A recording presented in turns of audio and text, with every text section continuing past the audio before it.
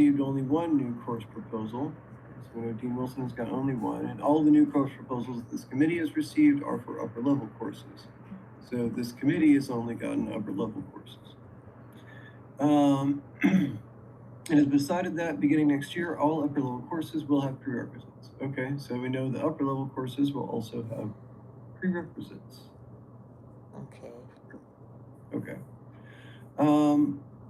Now we can make some inferences before we look at the answer choices based on that information. We know that most of it, they're assuming there are, some new courses made next year. The large majority of the new courses introduced next year will be upper level courses, and all of those will have prerequisites. So we can say the majority of the new courses next year will have prerequisites. That's assuming that there are at least a few approved. We can say that there will only be at most one that isn't upper level and doesn't have prerequisites. At most, there can be one new course next year that isn't upper level and doesn't have prerequisites. So let's look at our answer choices and see what they say. Okay. A says, if there are no new upper level courses next year, then there will be no new courses next year that have prerequisites. Well, if there are no new upper level courses next year, that means that the one Dean Wilson received got approved, but it doesn't necessarily mean there won't be any courses that have prerequisites.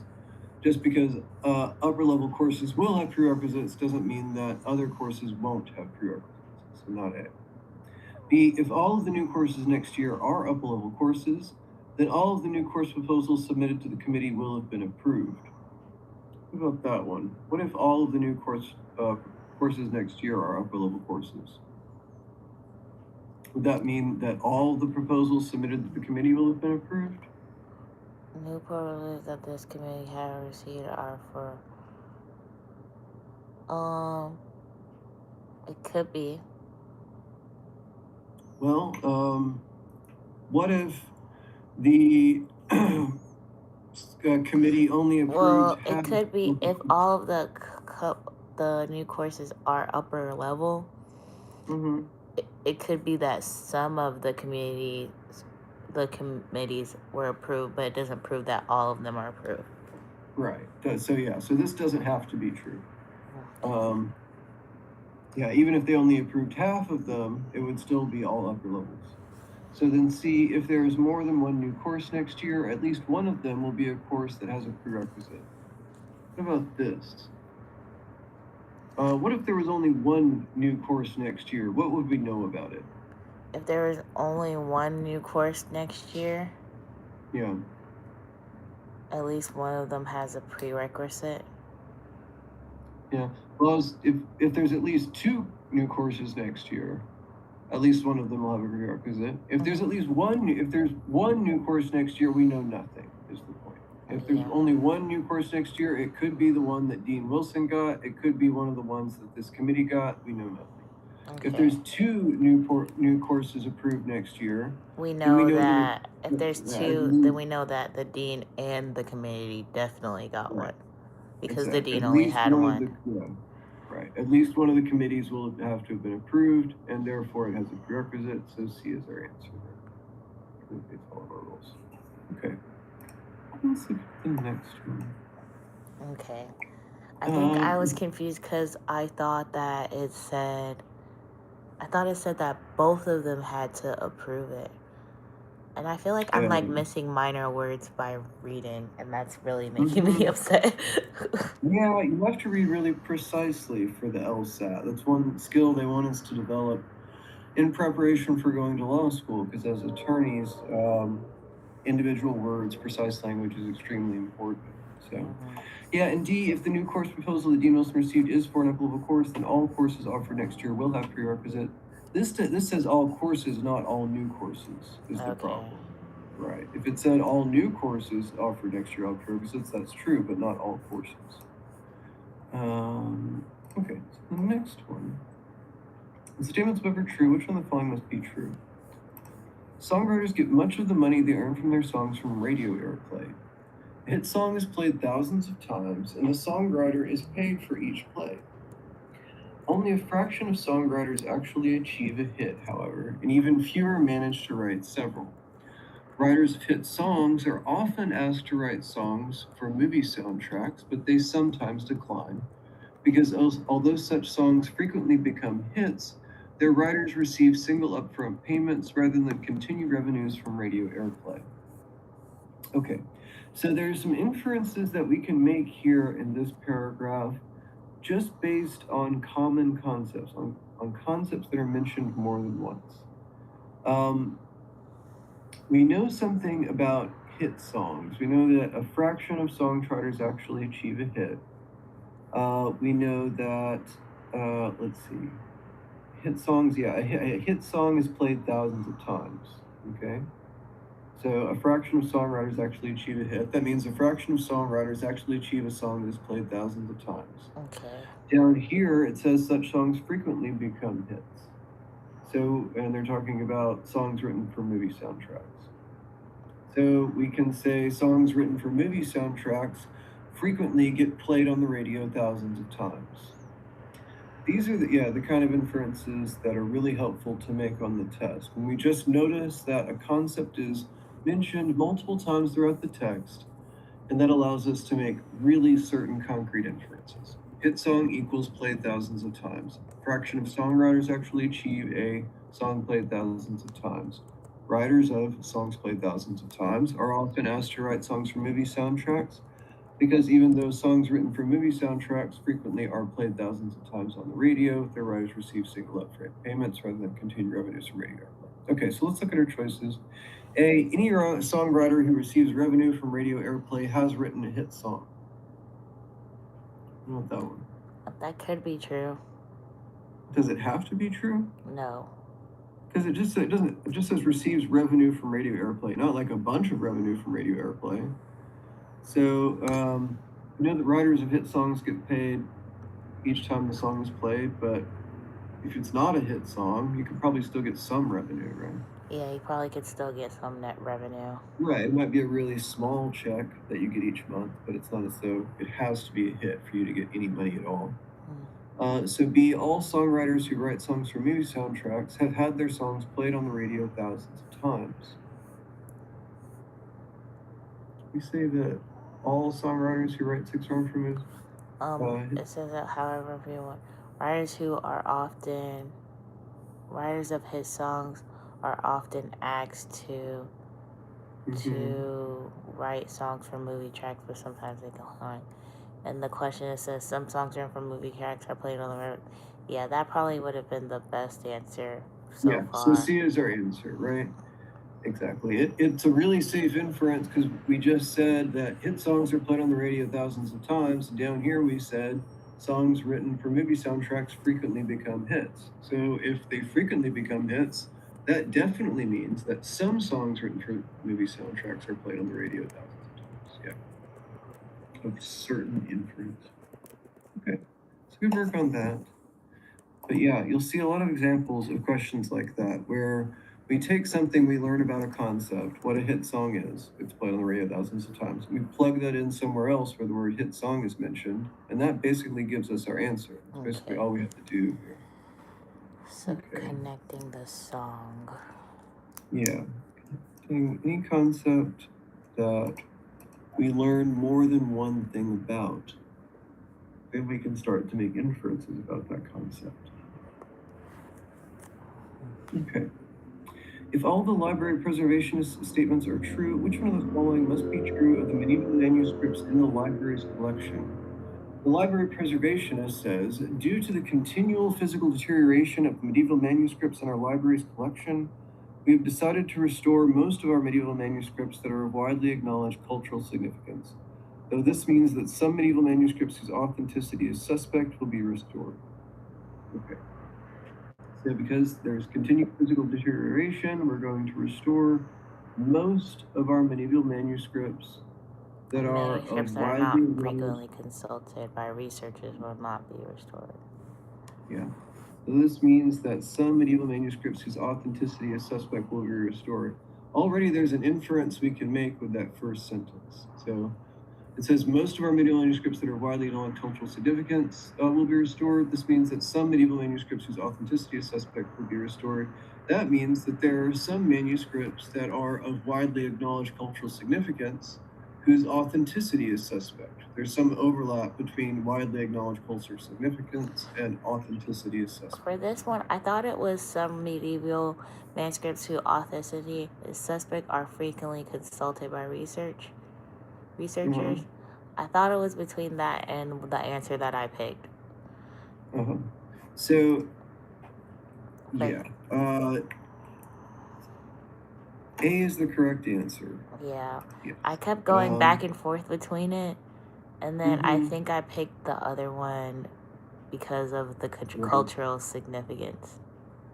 Right. Yeah, because we get down here, it says, okay, only manuscripts whose safety can be ensured during the restoration process will be restored, and manuscripts that are not frequently consulted by researchers will not be restored. Hmm. Um, So first, I connected that to being rarely consulted and the cultural significance. mm-hmm. Wait, yeah. So, yeah, none of the medieval manuscripts that are rarely consulted is widely acknowledged to be of cultural significance. Yeah, we can say that.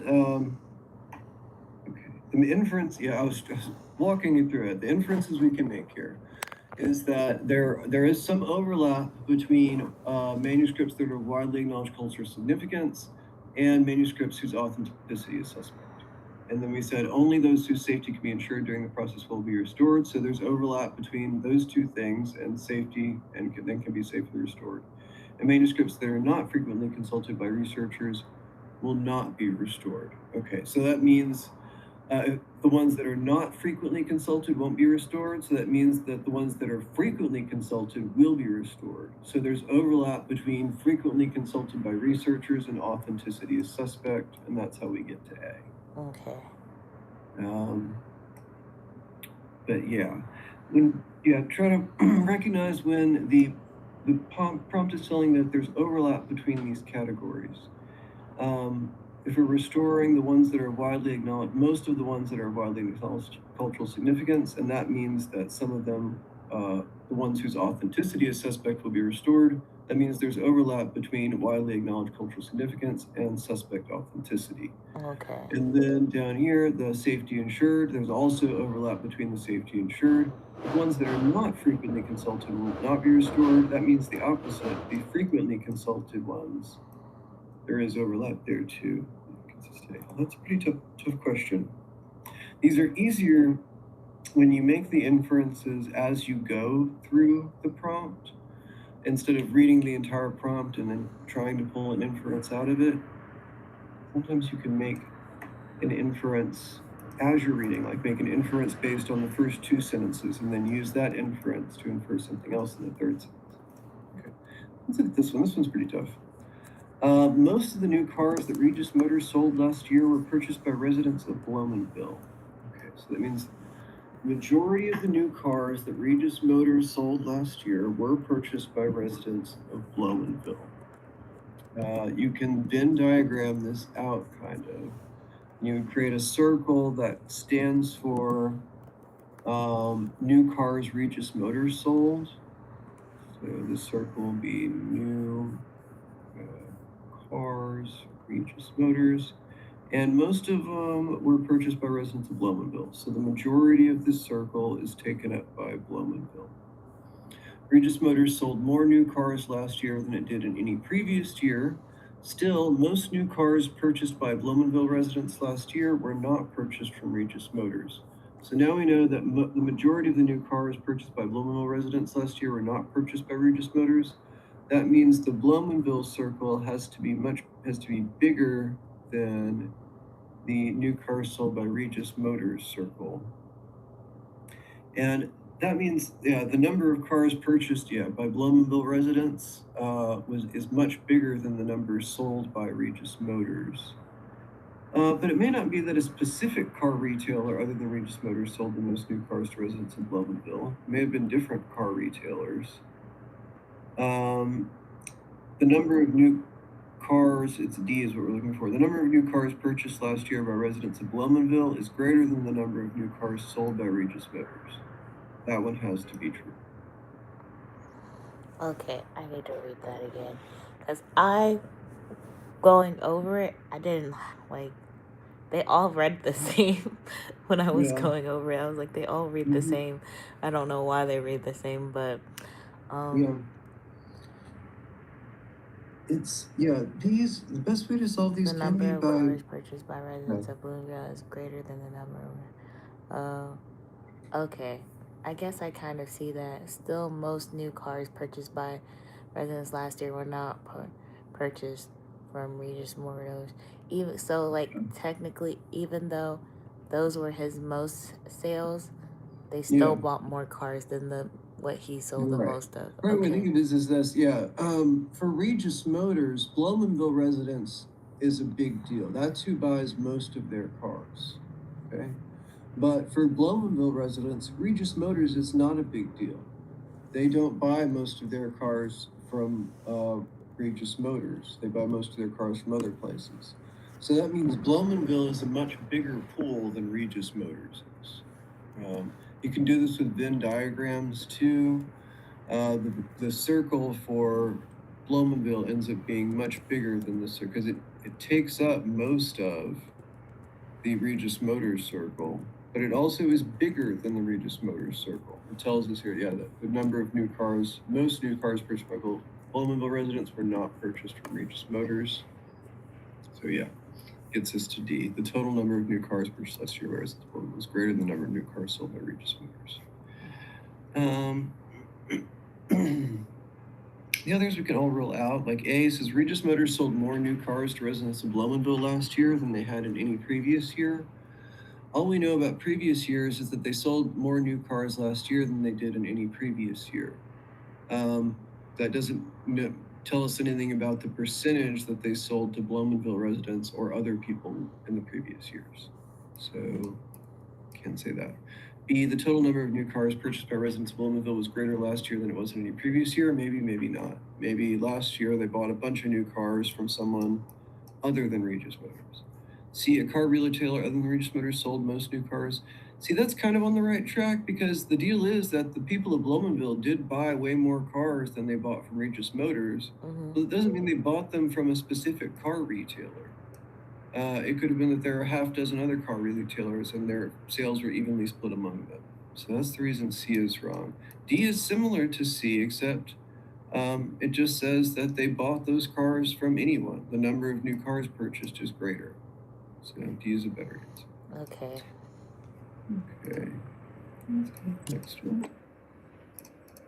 The statement number true. Which one of the following must also be true? Researchers working in Western Australia have discovered the oldest fragments of the Earth's early crust that have yet been identified, microdiamonds. These microscopic crystals measure only 50 microns across and were formed 4.2 billion years ago. Okay, so these are the oldest fragments of the Earth's early crust that have yet been identified. That doesn't mean that they're the oldest fragments of the Earth's early crust that exist. That's the oldest one that's been identified, microdiamonds. These microscopic crystals measure only 50 microns across, were formed 4.2 billion years ago. So we can infer that the oldest fragments of the Earth's early crust that have yet been identified are 4.2 billion years old. This discovery shed light on how long it took for the Earth's crust to form, since this date is only 300 million years after the formation of the Earth itself. So we can say that 300 million years after the formation of the Earth itself, the crust was already starting to form, right? Yes. So that gets us to A. Yeah. Good work. I mean, it probably did take billions of years to form. We just can't say that with certainty based on this. We can say it had started to form within 300 million years after Okay. the formation of the Earth itself. Yeah. So A is our answer. I feel like you got that on second pass. Okay. Let's go to the next one. Which of the following statement follows logically from the information above? If the city starts requiring residents to sort the materials that they put out for recycling, then many residents will put more recyclables in with their regular garbage. This will result in more recyclables being buried in the city's landfill. However, because of the cost of having city workers do the sorting, the sanitation department will not stay within its budget unless the sorting requirement for residents is implemented. Okay. Okay, so we know that if we require people to sort the materials, then they'll put more recyclables in with their regular garbage. Mm-hmm. And that will result in more recyclables being buried in the landfill. But because of the cost of having the city workers do the sanitation department will stay within its budget unless the sorting requirement for residents is implemented. I debated between C and D Mm-hmm. because implementing the sorting would not cause the city annual cost of sending garbage to its landfill to exceed. I thought it Yeah. was that one because if if there's more going to the landfill, then Mm-hmm. then that means that they're staying within their budget because they're not doing the personal Yeah. sorting. But it Right. actually doesn't say increase in the Yeah. answer, and that's where I got that wrong probably. Mm-hmm. That's why making predictions can be so helpful here. Mm-hmm. We can predict kind of the answer to this question. Yeah. What it tells us is that either we're not going to stay within our budget, or more recyclables are going to go into the landfill. One of those two things is going to happen. And that's what D tells us. It says the amount of recyclables going to the landfill will increase if they stay within budget. It says either they're going to stay within budget and the amount of recyclables will go into the landfill will go up, or they'll go over budget. Those are the only two options. So D gets us there. But you can infer that without reading the answer choices. You can get to the answer without looking at the answer choices. Just say yeah. Okay. Either we go over our budget, or we're going to end up with more recyclables in the landfill. Those are the only two possibilities here. That gets you to D. All right. Okay. Which one of the following follows logically from the statements of Style Manual? Archaic spellings and styles of punctuation and direct quotations from older works are to be preserved if they occur infrequently. Okay, so this is a sufficient condition. Archaic spellings and styles of punctuations and direct quotations from older works are to be preserved if they occur infrequently and do not interfere with the reader's comprehension. However, if they occur frequently, the editor may modernize them, inserting a note with an explanation to this effect in the text, or if similar modernizing has been done in more than one quotation, inserting a generalist statement in the preface. Okay, so if they're frequent, then you can modernize them, but you have to insert a note. But if you've been modernizing them in multiple places, then you can do a general statement in the preface. A lot of rules here. On the other hand, obvious typographical errors in quotations from modern works may be corrected without explanation. So only one type of correction that can be made without explanation, and that's obvious typographical errors in quotations from modern works. Everything else needs some kind of an explanation. Now, we've got to follow all these rules in evaluating these answer choices. A says, if an editor corrects the spelling of a quoted word and the word occurs only once in a text, then an explanation should appear in a note or in the text.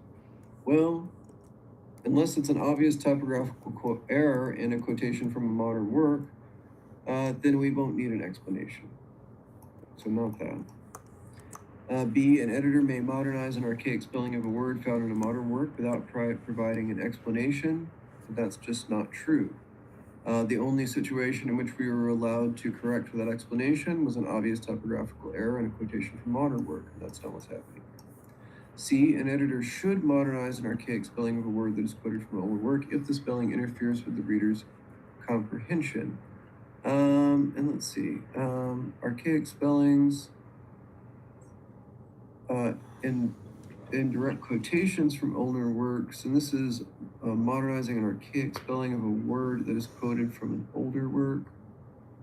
So I think this one, I went back and forth between C and D. Mm-hmm. And I just picked C because I liked how it looked. I don't know, like, Right. I guess I just liked what it included, but then also it was a little confusing because of the punctuation. Yeah. So it says the spelling interferes with the reader's comprehension. So it doesn't affirm the root comprehension, so that means it's not to be preserved. It is an archaic spelling of a word. And let's see. And do not interfere, but if they modernize them, just as the editor may modernize them, I don't think we can get to an editor should modernize them is the problem here. You see that? Yeah, I do see that. Right. So the problem, I think the main problem with C is that our prompt never tells us about when something should be modernized. It just says it may be modernized. D is more consistent with what our prompt says. An editor may modernize punctuation directly quoted from our work if the punctuation occurs frequently and interferes with the reader's comprehension. That seems to obey our rules. E, if an editor modernizes only one of several similar instances of quoted archaic punctuation, an explanation should appear in the prefaces of the work. And no, if he only does it one time, then it has to he has to insert a note with an explanation to this effect in the text. So no. Yeah. So D is our answer there. Okay. Okay. Yeah, editor may modernize. Punctuation directly quoted from our work if that punctuation occurs frequently and interferes with the comprehension. Yeah. So D is the right answer. Yeah. Watching out for this, I think those little words like that, the difference between should and may, is tripping out on a lot of occasions. And this is something I see a lot with students nowadays. We've all kind of grown up in the internet age where we have so much text in front of you, you get used to sort of scanning it or like skimming it and not reading every single word. But on the LSAT, yeah, you can't miss any little word. I miss like when tests were on paper and you could Yeah. underline that and Yeah, you can go request through to it. take the LSAT on paper. They still will let you take it on paper. I took the bar exam the first day on paper. I was probably like one of the only ones that was doing it, but I like doing it on paper. Yeah, So. I like doing it on paper. I think this time I'll request for paper and Yeah, like, yeah, it because can be helpful. I I like feel it. like Yeah. the computer aspect, it just makes it so difficult. And I grew up in a time where everything was on paper. So Yeah. it's like very, Like like I can use a Scantron. Yeah. computer for lots of things. I could do software Right. things, but I don't want to do it for testing. Like, Yeah. Seeing a Scantron too, like gets me in the zone. Like I yeah, know, like, oh, it's testing time. yeah. But, okay. Okay. So let's take a look at this one. All the council member statements are true. Which one of the following must be true? Council member says the profits of downtown businesses will increase if more consumers live in the downtown area. So that's a sufficient condition. That means if we get more consumers living in the downtown area, the profits of the downtown businesses will increase, definitely. And a decrease in the cost of living in the downtown area will guarantee that the number of consumers living there will increase. So now we've already got an inference in this first sentence. Yeah. The common concept is an increase in the number of consumers living in the downtown area. So we can skip that and go straight from a decrease in the cost of living in the downtown area will increase the profits of downtown businesses. However, the profits of downtown businesses will not increase unless downtown traffic congestion decreases. Yes, I feel like I need to connect traffic to businesses or cost of living. Yeah, so start with the first inference that we made, which is that a decrease in the cost of living in the downtown area will cause the profits of downtown businesses to increase. But it won't. The profits of downtown businesses won't increase if downtown traffic congestion decreases. What we can infer then is that the cost of living downtown won't decrease unless downtown traffic congestion decreases. We can also infer that the number of consumers living in the downtown area won't increase unless downtown traffic congestion decreases. So let's see. A says if downtown traffic congestion decreases, the number of consumers living in the downtown area will increase. And that's wrong. We need to say kind of the opposite of that. We need to say if downtown traffic congestion doesn't decrease, the number of consumers living in the downtown area will not increase. So if the cost of living in the downtown area decreases, the profits of downtown businesses will increase. Well, that's the first inference that we made. That's a nice, simple inference. That's 100% true. So that's our answer. Okay. So really the Yeah. final sentence ended up being kind of a red herring. Oh, so it's just there to throw you off, kind of. Yeah, but that's why I say make inferences as soon as you can with the information that you can. So once we see in that first sentence that the idea of an increased number of consumers living in the downtown area is mentioned twice, we can skip it. We can go from decreased cost of living to increased profits of downtown businesses. And that's what B does for us. Yeah, I think that's why it was very confusing, because Mm-hmm. that part's really confusing on trying to figure out which inferences needed to be connected. Right. Yeah. So, yeah, it can be helpful to not get tripped up by sentences like this last one when you practice making inferences as soon as you can. So, like when we finished reading this first sentence, there's an inference already here because it's got this concept that is mentioned twice Okay. and connected to two different things. Okay. Let's go to the next one. At a gathering at which bankers, athletes, oh, this one's tough. At a gathering in which bankers, athletes, and lawyers are present, all of the bankers are athletes and none of the lawyers are bankers. Okay, so we've got bankers, athletes, and lawyers, three different groups of people. Bankers, athletes, lawyers. I think that Do it. okay, when I looked at it I after I went over it, I started to realize maybe okay, so at all of the gathering, which there are bankers, athletes, and lawyers, and saying Mm-hmm. that all of the bankers are athletes, but none of the lawyers are bankers, I just assumed, okay, so the lawyers are not athletes. But some of the lawyers could be athletes, they're just not bankers. So I figured Mm-hmm. it's probably some of the lawyers are not athletes after the fact. Right. Yeah. So we can Venn diagram it out. We've got lawyers, athletes, and bankers. We know that all of the bankers are athletes. All of the bankers are athletes means that bankers is a circle that fits inside of the athlete circle. See what I mean? That's how we represent all of the bankers are athletes. Now we've got none of the lawyers are bankers, so there's no overlap between lawyers and bankers. So we can definitely say for sure that some of the lawyers are not athletes. We might be able, yeah, it might be that some of the lawyers are athletes, but not necessarily all of them. Wait, hold on just a second. Let me think through. This is such a hard question.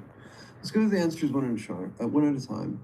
All of the athletes are bankers. Well, we said all of the bankers are athletes. Is it possible that all of the athletes are bankers? I guess maybe. Okay, some of the lawyers are not athletes. Does that have to be true? Some lawyers are not athletes. I think we would keep that one. C, some of the athletes are not lawyers. That is Well, also that has to be true. Yeah, it's C is the one we're looking for. Some of the athletes are not lawyers. Because none of the lawyers are bankers. Because of all the bankers are athletes, Yeah. doesn't mean that all of the athletes are bankers. This is just so Right. it's so Yeah. tricky because Right. Some of the athletes are, yeah. So none of the lawyers are bankers. That means that these bankers who are athletes, none of those guys are lawyers. That means we've got some athletes who are not lawyers because they're bankers. And that's the only thing that must be true. Right. Like it has to be true because some of the athletes are bankers. Okay. Like I said, yeah, these really short questions like this can be incredibly tough. Venn diagrams can help a little bit on that. Because, yeah, if none of the lawyers are bankers, that means we've got this group of bankers over here that has no lawyers in it, but all of them are athletes. So that means we've got, some athletes who are not lawyers. The athletes are not spoilers. I'm just gonna remember that one because I was so irritated when I got it Yeah, wrong. yeah. That's a super frustrating question. It's kind of a brain bender. But okay, let's get this one. If all the statements above are true, which one of the following statements must be true? Yeah, the question is a fun one to show to your friends and family and see if they can figure out. They'll get really frustrated trying to solve it. Mhm. But okay, so the law of the city of Weston regarding contributions to mayoral campaigns is as follows. All contributions to these campaigns in excess of $100 made by non-residents of Weston who are not former residents of Weston must be registered with the city council. Okay, so you've got to register the donation with the city council if it's not by a resident or former resident of Weston and it's over $100. Brimley's mayoral campaign clearly complied with this law since it accepted contributions only from residents and former residents of Weston. Okay. They only took stuff from residents and former residents of Weston. And this rule only applies to non-residents of Weston who are not former residents of Weston. That means the rule doesn't apply to him. Um, this was very crazy. Okay, so because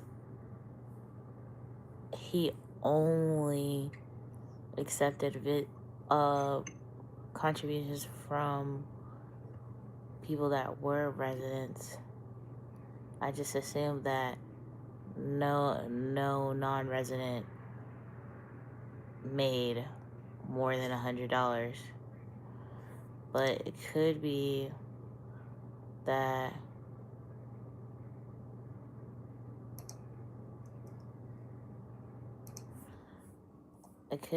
no contributions needed to be registered because he only used the contributions from residents and former residents. That's right. This rule does not apply to him at all. Mm-hmm. So nothing So, needed to be registered. right. So no contributions needed to be registered. Yeah.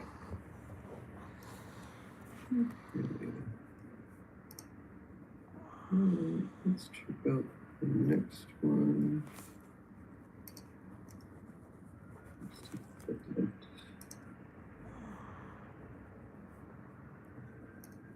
Okay. If the statements above are true, which one of the following would also have to be true? Kind of a long one.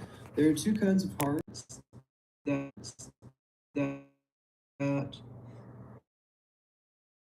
describe violations of the laws of nature and are intended to produce dread in the reader.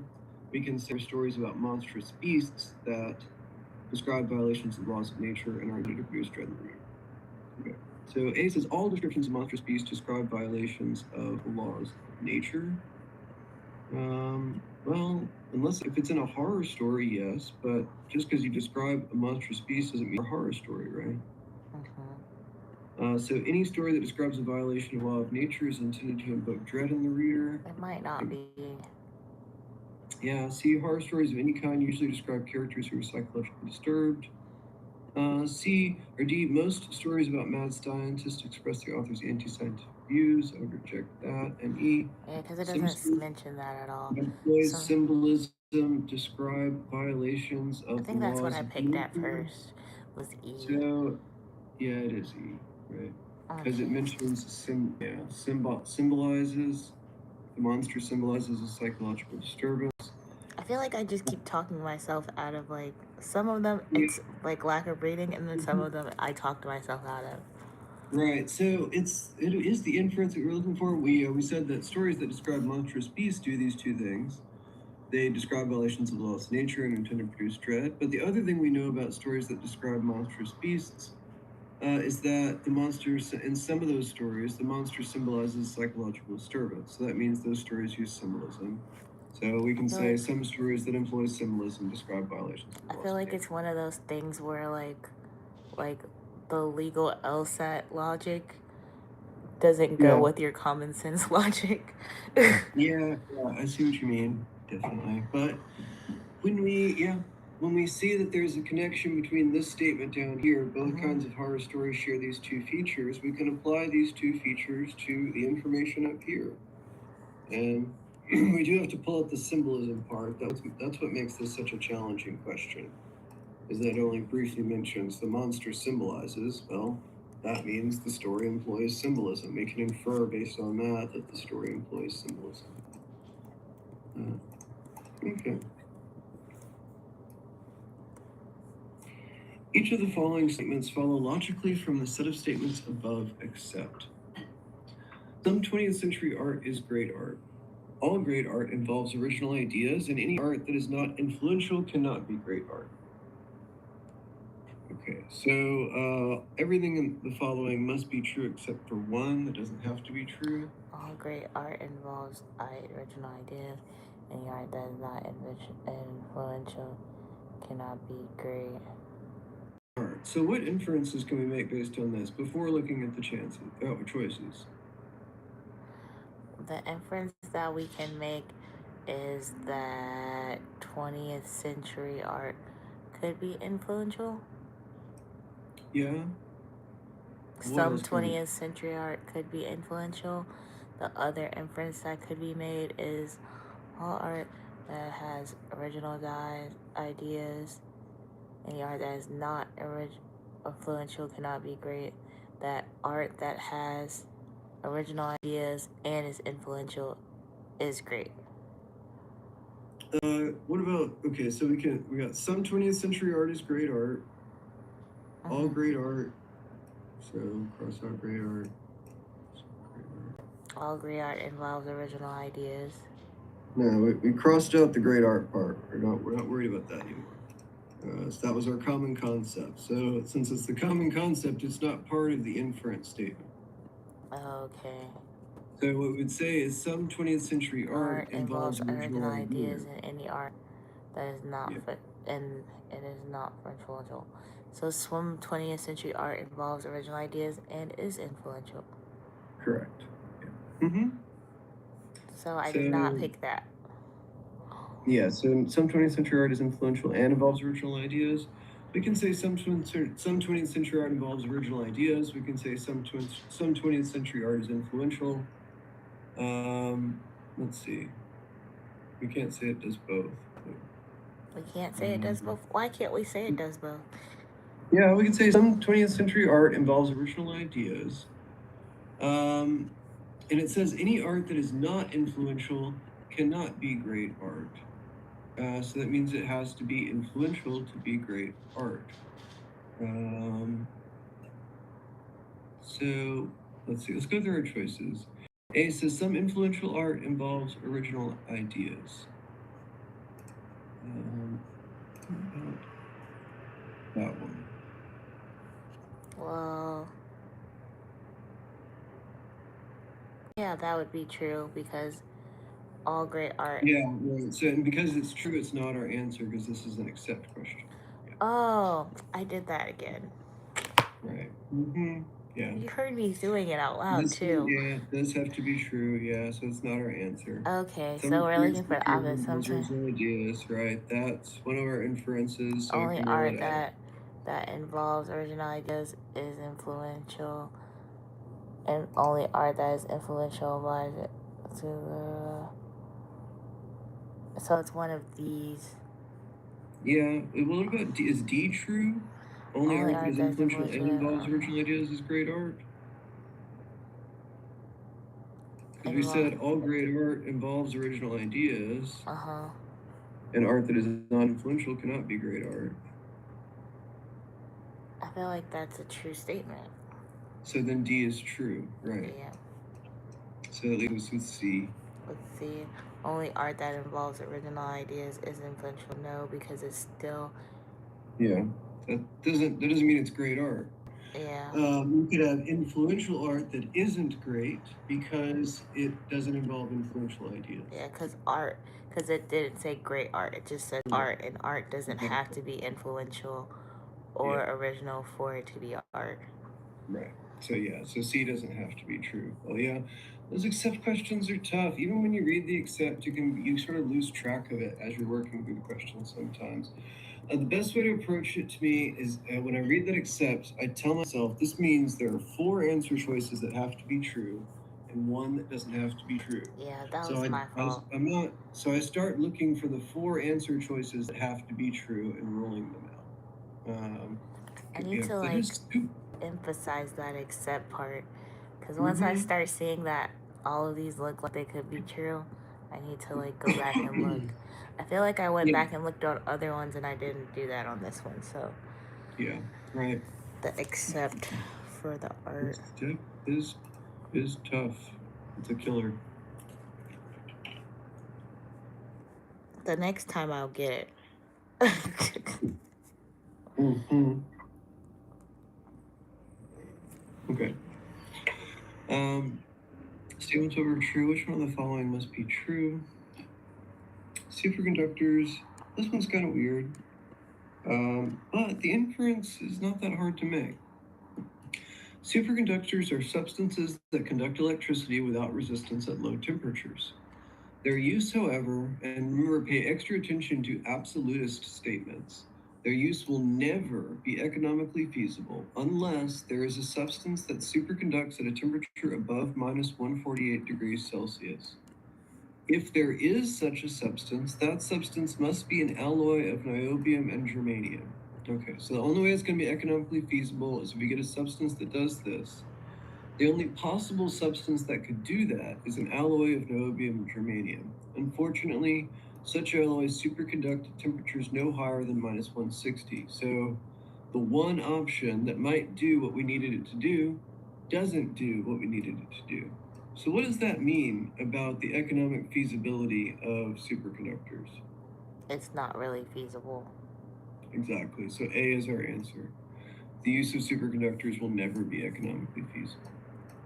Okay.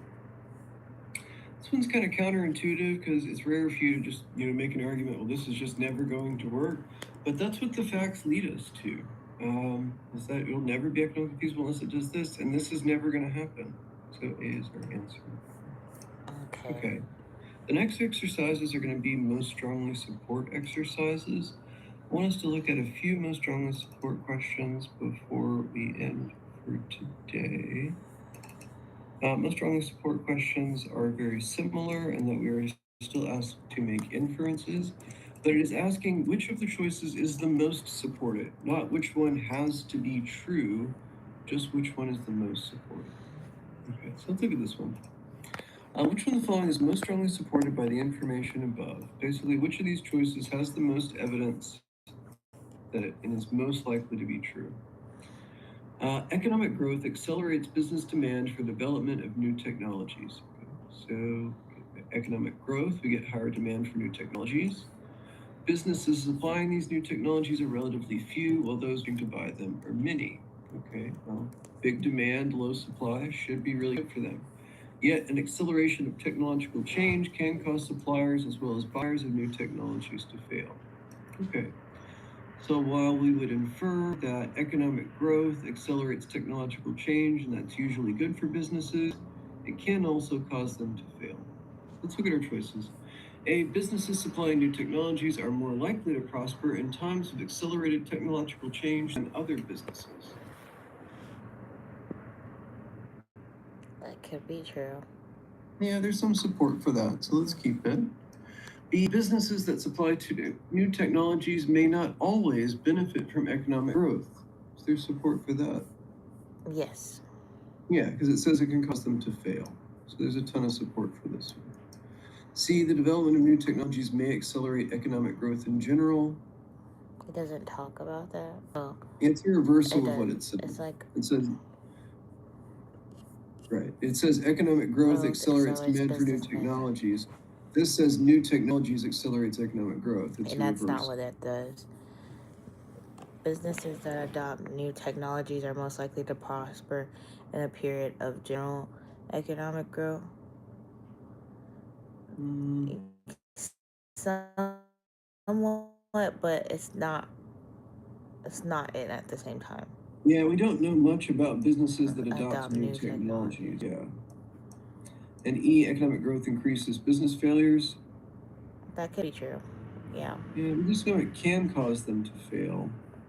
So And between this B would and E, it would be businesses that B. deploy new technologies may not always, yeah, B. So it's easier to support a weaker statement. This just says they may not always benefit. That's easy to prove true. We only need one or two examples to prove that they may not always benefit. To prove that in general it increases business failures, we need a lot of evidence. We basically need to prove that on average it increases business failures. Okay. Okay, let's get a couple more. So, Future situation. overall demand for professors can be predicted with reasonable accuracy from current birth rates. Future Mm-hmm. demand for professors can be predicted with reasonable accuracy from current birth rates. The Yeah. accuracy of predictions of future demand for music professors is lower, and that for jazz studies professor lower still. Yeah. So This is a most strongly support, but it is a principles question asking which of these principles is most strongly supported. So before we look at the answer choices, what is the principle here? What principle can we deduce from this information? Our first prediction is reasonably accurate. Our next prediction is less. Our next prediction is even less accurate. Why are our predictions getting less accurate? the predictions are getting less accurate because you you know that if there are more birth rates or a certain amount of birth rates, that's how Mm-hmm. many people will need to go to school, period. But you Yeah. don't know exactly what they'll want to study, like if they'll want to study music, and you definitely Mm-hmm. won't know what type of music they'll want to study. Right. So these predictions are more specific, right? Yeah, so the I would say like the the predictions get less accurate based on yeah, I guess specificity or Yeah. what's that other word that you use? Precision or Yeah. specificness or specificity or precision or Like yeah. when you pick a very like niche neighbor like a major and Right. stuff like that. Yeah. So yeah, the more niche or the more precise the prediction is, the less accurate it is. Mhm. Yeah, you can predict if you just want to say the weather will be good tomorrow. It's easy to make that prediction be true. If you want to say the weather will be exactly 72 degrees at 3 p.m. with, 87% humidity, that's most likely to be true, then it will be a sunny day tomorrow. So the more precise your prediction is, the less accurate it is. The less precise, the more general your prediction is, the more accurate it is. Okay, so let's look at our choices. A, the more detailed and complete the evidence, the more precise predictions based on that evidence are. Um I think so. The more detailed and complete the evidence, the more precise.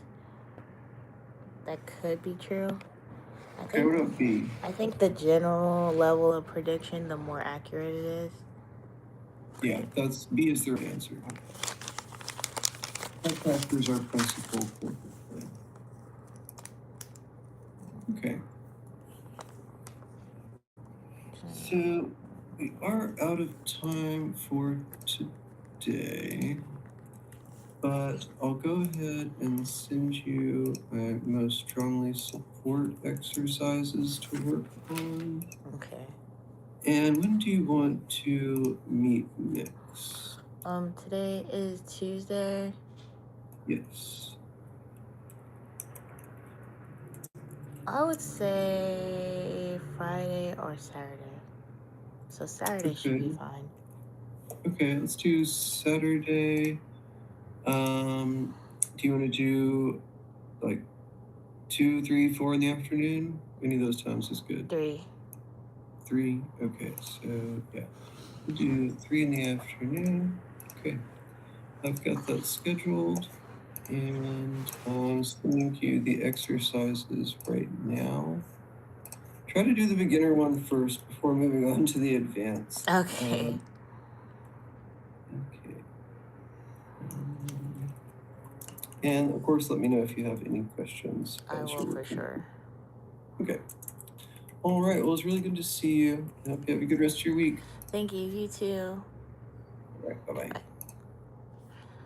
All right, guys. I'm done studying now. I'm studying for my LSAT to become a lawyer. 63% of you guys said that you prefer doctors over lawyers. 37 is still a really big vote, especially out of like 52 votes. I'm trying to figure out what the math on that would be. I can't do it in my head right now, but that's like so cool. I appreciate the voting. I appreciate everyone that commented. Shout out to Chandra. Shout out to Son of Thor. There are a couple of others that I saw you guys' names a lot. um Epi, say thank you to Chandra. Like, yo, this is so crazy. I can't believe the conversations that you guys were having while I was actually answering. And I feel like the fact that I was able to multitask having conversations with you guys while studying is so tough. Like, I feel goaded. Barry said I was pretty. That was nice. Thank you. Appreciate it. Andrew, hi. Dogma, hi. I think there were like somebody with a name that started with a K. I'm looking for it. Kento. Kento was really active. Thank you, Kento. I enjoyed watching you and Chandra go back and forth until Chandra decided that they didn't want to talk to you anymore. Between Chandra, Thor, and Kento, you guys really made the live special. Appreciate that. Appreciate all your commentary. Appreciate you guys kind of just going back and forth with each other. Chandra, I remember why I put you in timeout. I put you in timeout because you kept saying like inappropriate things that YouTube was flagging as needing to be hidden. Like, almost all your messages need to be hidden. And that was not cool. So I had to just put you in a timeout. But here you are back. You said, Frankie, it's your lips. Those are else, it's strawberries. You kept talking about my lips. And you're continuing to do that. And so, like, that's why I put you in timeout. I just wanted to let you know that's how you got into timeout last time. Yeah, I am so happy actually that I'm done studying. I really want to cook something or like eat something, bro. Like, but I just don't know what it is that I want to eat. But like, it's so good to see you guys. So good to talk to you. Son of Thor, you've actually been making me weak because you be keeping Chandra in check. And I don't even think I was the one that took Chandra off. I have a moderator and they come on at night whenever I go on live on night because things be getting out of hand. Things be getting out of hand and I can't keep up with all that. But thanks for the likes, guys. Thanks for the subs. Thanks for staying with me throughout this whole study session. I'm gonna stay on for a couple minutes just in case you guys have anything y'all want to talk about or any questions. But I will be back on live at 9. As you could hear, I scheduled another lesson for Saturday at 3 o'clock. So I'll be back live for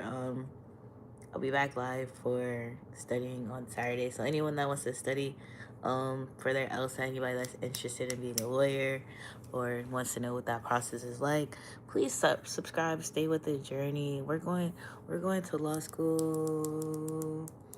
We're gonna be a lawyer. It's gonna be lit. Big W's in the chat. I said big W's in the chat. That's my first time saying that. I just wanted to say it. Um, what kind of law am I attracted to? I'm attracted to environmental studies, tech law, like especially like with where things are going in society with like computers and AI and cybersecurity. I'm really interested in that.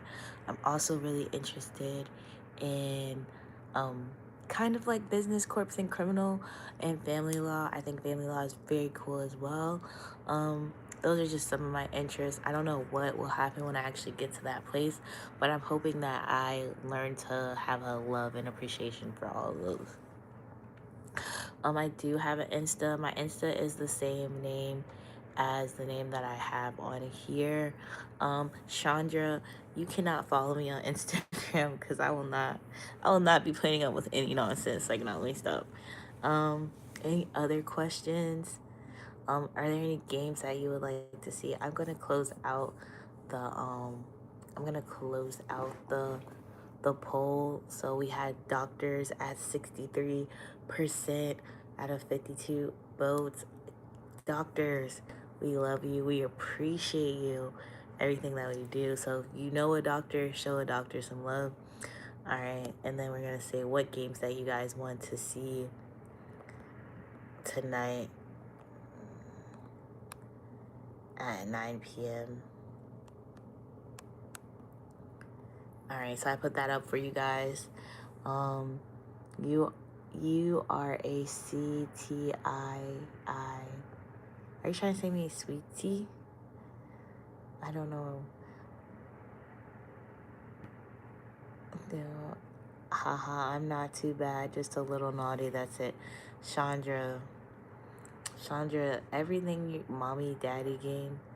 Every time you put something, YouTube is like this is held as review. It does not want to put any of your messages up. It doesn't want to put any of your messages up, Chandra. You gotta get a handle of that. I'm trying to figure out exactly if I should start a little bit earlier.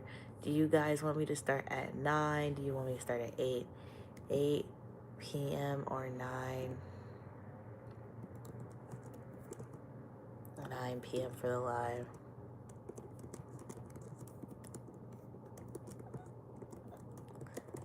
Tonight. I hope to see Chandra is a frequent flyer thrower. I'm 100%. I'm 100% on your name. I'm 100% agreeing with you. I'm trying to figure out how I see your answers. I see you as a sister. No naughtiness. I am loyal to your girl. Into the Mind. Shout out to Into the Mind. Let them know. Let me know. I am not naughty. Let them know. Are you an East Coaster? Yeah. East Coast all my life. Does Florida count as East Coast? Because I used to feel like a Southeast baby. And now I just feel like an EE baby. Like, down from the E, down from the E, down from the E yard. I'm 100%, I'm 1,000% a true love of yours, bro. Listen, you're gonna have some competition, Chandra. You're not. Chandra, are you a boy? I'm guessing Chandra is a boy because based off the arguments that I was reading, it did seem like Chandra was a boy. But I'm about to get off. I gotta go let my dog in. My dog has been outside because literally he does not know how to act when I'm studying. He barks so bad, and I really hate to put him outside for any longer than I have to. So if you haven't subscribed, please do subscribe, and I will see you guys at what time? What time are we going to see you guys tonight? Let them know, Thor. What time are we going to see him tonight? We're going to see you at 9.